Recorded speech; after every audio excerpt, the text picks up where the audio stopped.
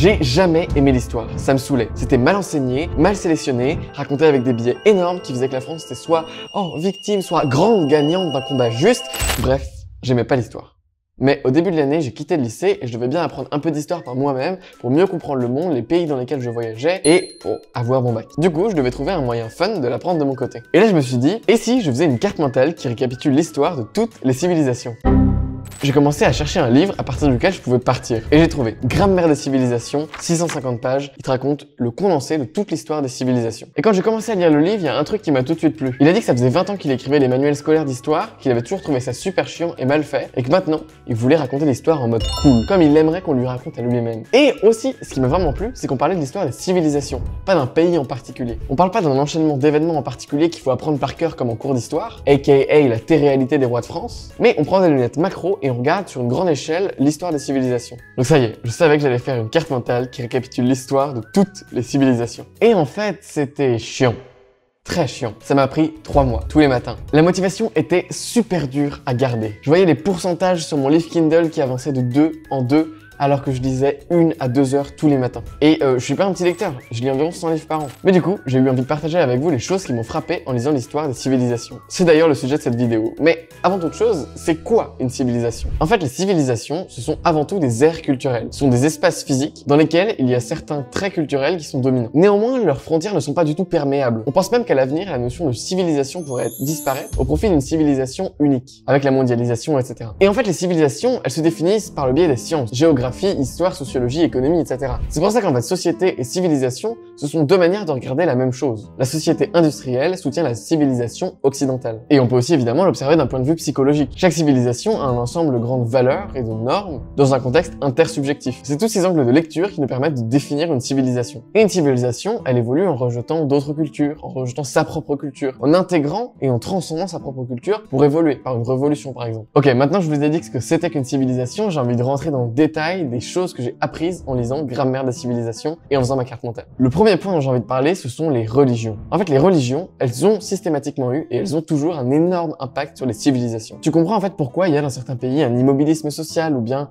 une sobriété matérielle importante. La plupart du temps, ça découle des religions. Par exemple, un des trucs que je connaissais pas du tout et qui m'a vraiment plu, c'est le concept du yin et du yang. En gros, c'est deux trucs opposés. Le yin, c'est l'ombre, le yang, c'est le soleil. Le yin, c'est le temps froid, le yang, c'est le temps chaud. Yin féminin, yang masculin. Et en fait, le rythme qui fait que ces deux énergies s'alternent, c'est le Tao. Et le Tao, il marche parfaitement bien par nature. Du coup, l'homme, au milieu de tout ça, la seule chose qu'il peut faire, s'il suit pas son Tao, le cours naturel de sa vie, de sa destinée, et ben en fait, il va venir perturber cet équilibre naturel et il détruit l'harmonie préétablie. Du coup, l'homme, il doit pas se détourner de sa voie et il doit se connecter au Tao pour faire équilibrer le yin et le yang. Et le bouddhisme, c'est un tout petit peu pareil. Le bouddhisme, il dit que, en fait, on se réincarne continuellement pour une expérience de vie plus ou moins heureuse, mais qui sera toujours douleur. Et la seule issue à cette roue sans fin, c'est d'atteindre le nirvana. Et le nirvana, en fait, comment est-ce qu'on l'atteint? On l'atteint par le détachement et le renoncement. Parce que ce qui fait que les gens se réincarnent et revivent, c'est leur soif de vivre. Du coup, il faut simplement s'abandonner un petit peu au Tao, justement, à l'expérience ultime de la vie, pour enfin espérer atteindre le nirvana et ne pas se réincarner sans fin. Et c'est là qu'en fait, en lisant ça, et en étant au Sri Lanka en même temps, je me suis dit, mais ok, en fait, je comprends mieux. Les gens, ils sont dans une sobriété matérielle et ils sont super heureux parce qu'ils sont conscients que in the end, quand ils seront au nirvana, au moment d'aller au nirvana ou de se faire réincarner,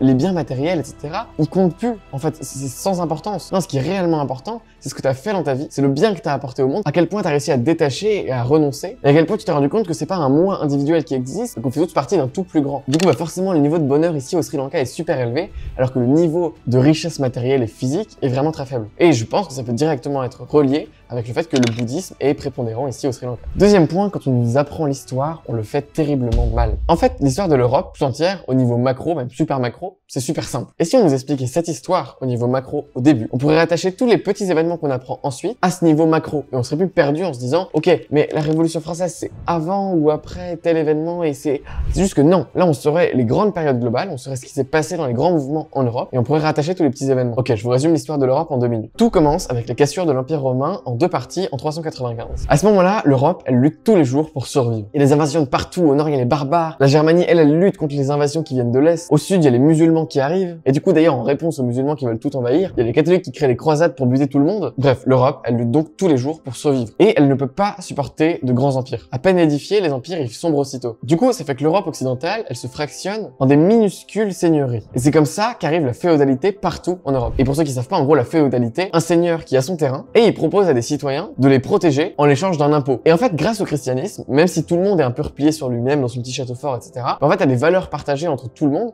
Du coup, il y a une sorte de culture européenne qui se crée. Et puis par la suite, toute l'histoire de l'Europe peut être expliquée par la recherche de liberté par certains, qui donc en enlèvent sur la liberté des autres, et qui provoquent donc toutes sortes de troubles, et ainsi de suite. En fait, par liberté, on entend privilège. Par exemple, la liberté paysanne. En fait, le problème des paysans, jusqu'à quasiment aujourd'hui, on pourrait dire, c'est que les paysans, ils ne possèdent pas le terrain qu'ils cultivent. Du coup, ils n'ont pas de liberté, ils ont des corvées, ils ont un mode de vie misérable. Il y a également la liberté urbaine. Vers le XIIe siècle, il y a un grand regain matériel et un début du capitalisme. Du coup, toute l'importance est axée sur les villes et sur les grands marchands. Les villes, c'est parfois quasiment des États à elles toutes seules. Et justement, comme ce sont quasiment des États à elles toutes seules, les villes commencent à être menacées par l'arrivée des grands États vers le XVe siècle. Puis les grands États grandissent, on a besoin de plus en plus d'effectifs. On aime bien l'idée que le roi nous protège. Le commerce se développe super rapidement grâce à la création de grandes capitales. Puis ensuite, l'idée du libéralisme est venue, où l'État contrôle de moins en moins de choses, une diminution du pouvoir exécutif, etc. L'État ne se mêle plus de rien et va dans la lignée des libertés individuelles qu'on met au sommet d'absolument tout. Voilà, en gros, l'histoire de l'Europe. C'est extrêmement vague, mais rien qu'avoir cette structure-là en tête, on se dit, ah oui, ok. Donc à ce moment-là, dans cet événement-là, il y avait telle classe sociale qui luttait pour telle liberté individuelle, qui entachait telle autre liberté de tel autre groupe, et du coup ça a créé un trouble, etc. Et enfin, le troisième et dernier point, c'est l'ethnocentrisme. En fait, connaître les histoires des autres, ça nous rend beaucoup